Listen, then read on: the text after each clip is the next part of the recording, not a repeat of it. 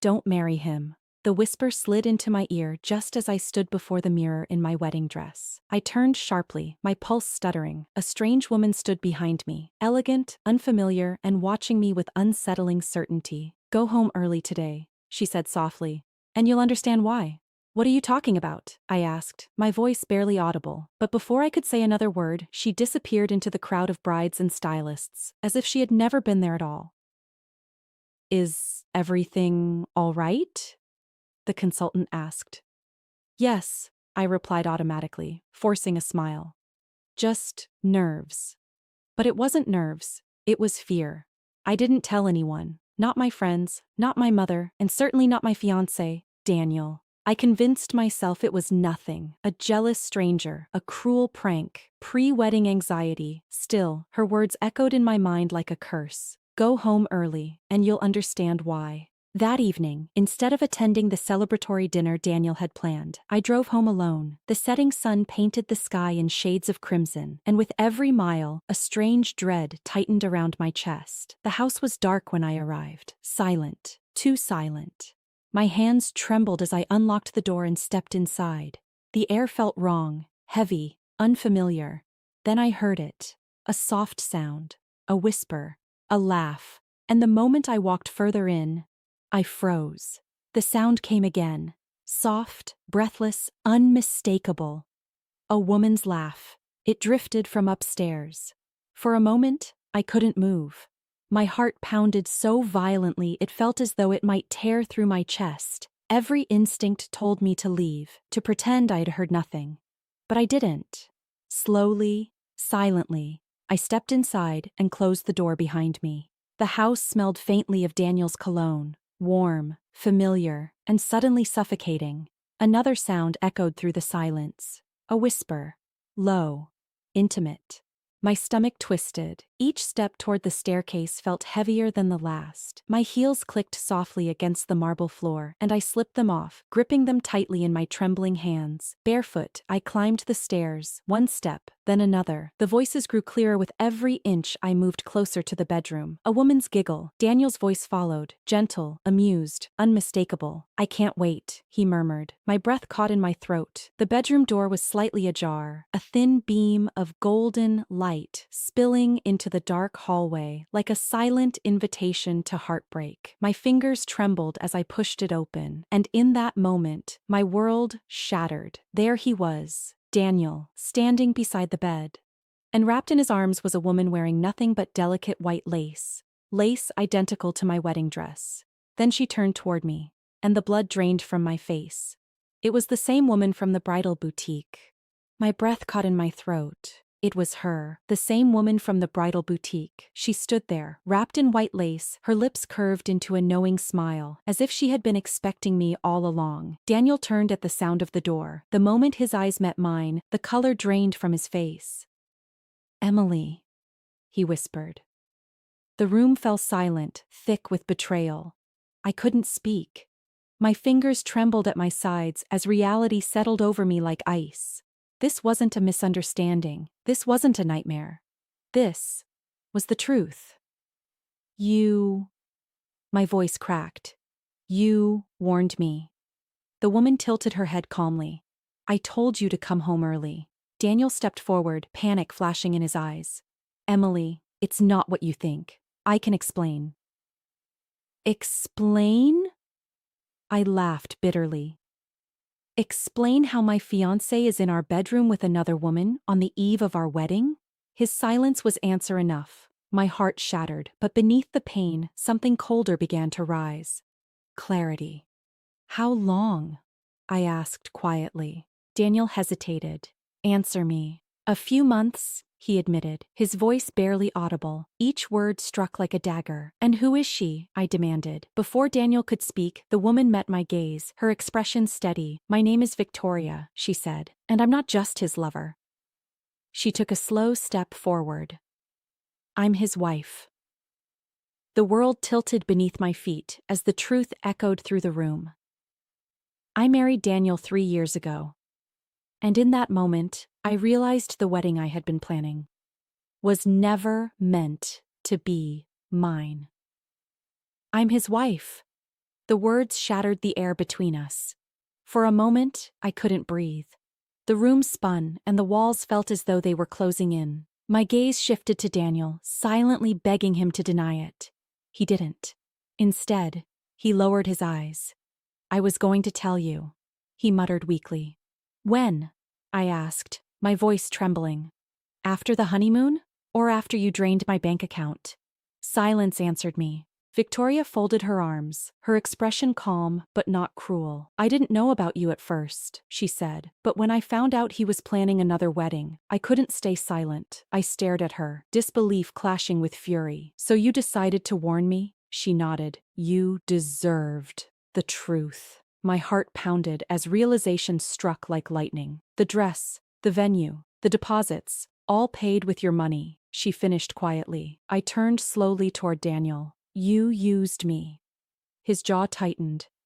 "It wasn't like that." "Then what was it?" I demanded.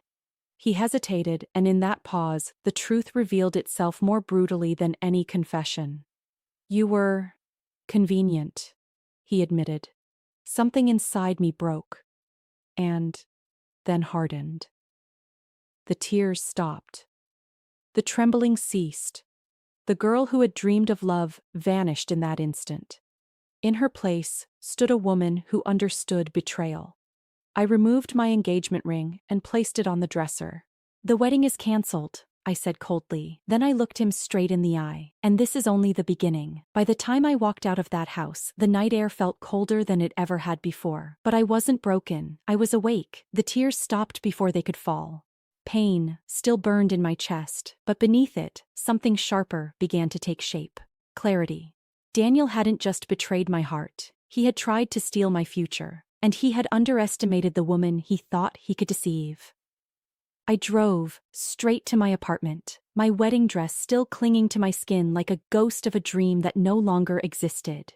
Carefully, I unzipped it and placed it back in its box, not as a memory of love, but as evidence of betrayal. That night, I didn't cry. Instead, I opened my laptop. Receipts, contracts, bank transfers. Every payment I had made for the wedding stared back at me from the screen.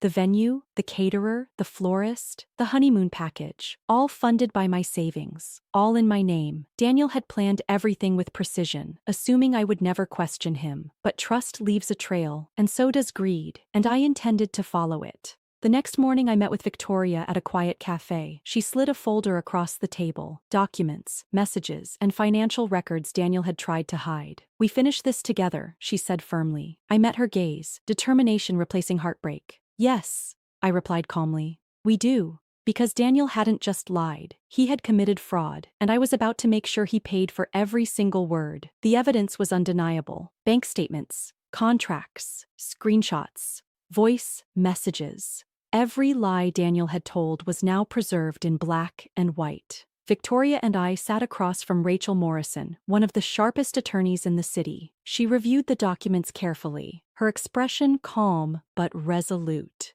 When she finally looked up, there was a glint of certainty in her eyes. "This isn't just betrayal," she said. "It's fraud, financial deception, and bigamy. Daniel wasn't just unfaithful, he was a criminal." "And the wedding?" I asked quietly. Rachel slid the contracts toward me. "Every payment came from your accounts. Legally, he has no claim to anything. You're entitled to full restitution and damages." For the first time since that night, I felt something steady settle inside me. Control.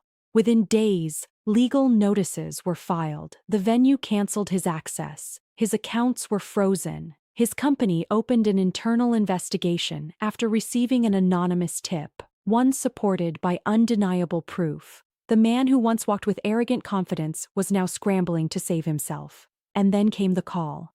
"Emily, please," Daniel's voice pleaded through the phone. "We can fix this. Just talk to me." I remained silent for a moment, letting him feel the weight of uncertainty. "There's nothing to fix," I replied coolly. "Only consequences." He exhaled shakily. "What do you want?" I smiled faintly, my voice calm and unwavering. "The truth, in court." As I ended the call, I realized something profound. This was never about revenge. It was about justice. And justice was finally within reach. The courtroom was silent. Every whisper faded as Daniel stepped forward, his confidence replaced by fear. Gone was the charming man who once promised me forever. In his place stood someone exposed, desperate, cornered, and unraveling. I watched from my seat, calm and composed. This time, I wasn't the victim. I was the truth he couldn't escape. Victoria sat beside me, her presence steady and resolute. Across the aisle, Daniel avoided our eyes, his fingers trembling as he adjusted his tie. Rachel rose gracefully. "Your Honor," she began, her voice clear and precise. "The evidence before this court proves a deliberate pattern of deception, fraud, and bigamy. Documents were presented, financial records, messages, contracts, and legal certificates. Each one dismantled Daniel's lies piece by piece. The judge reviewed the files carefully. The tension in the room was suffocating. Finally, Daniel was called to testify. His voice cracked under oath. "I never meant for it to go this far." Rachel's gaze remained steady. "You planned a wedding funded entirely by my client while legally married to another woman. Is that correct?" Daniel hesitated. "Answer the question." "Yes," he whispered. The truth landed like a gavel strike. Moments later, the judge delivered the verdict. Based on the evidence presented, the court finds the defendant liable for fraud and financial deception. A wave of relief washed over me. Daniel's empire collapsed in a single breath, and as I watched him stand defeated, I realized this wasn't revenge, it was justice, and justice had finally prevailed. The courtroom doors closed behind me with a quiet finality. It was over, not with a dramatic outburst or a triumphant smile, but with a calm, steady sense of peace. Daniel had lost everything: his reputation, his freedom, and the illusion he had so carefully constructed. Justice had spoken, and for the first time since that night, I could finally breathe. Victoria stood beside me on the courthouse steps. We exchanged a knowing glance. Two women once deceived, now united by truth. "Thank you," she said softly. "No," I replied with a gentle smile. "We saved each other." We parted ways not as victims, but as survivors. Weeks later, life felt lighter. The refunds were processed, the accounts restored, and the chaos replaced by clarity. I donated my wedding decor to a charity that organized ceremonies for couples who couldn't afford them. Watching another bride walk down the aisle in happiness felt like closing a chapter with grace instead of bitterness. The dress, however, remained. One quiet evening, I stood before the mirror wearing it once more. But this time, it wasn't for Daniel. It wasn't for revenge or regret. It was for me. I smiled at my reflection, stronger, wiser, unbroken. Then I removed the veil, folded the gown carefully, and placed it back in its box. Not as a relic of betrayal, but as a symbol of survival. Because I hadn't lost a wedding. I had reclaimed my life. And this time, the future I walked toward was entirely my own.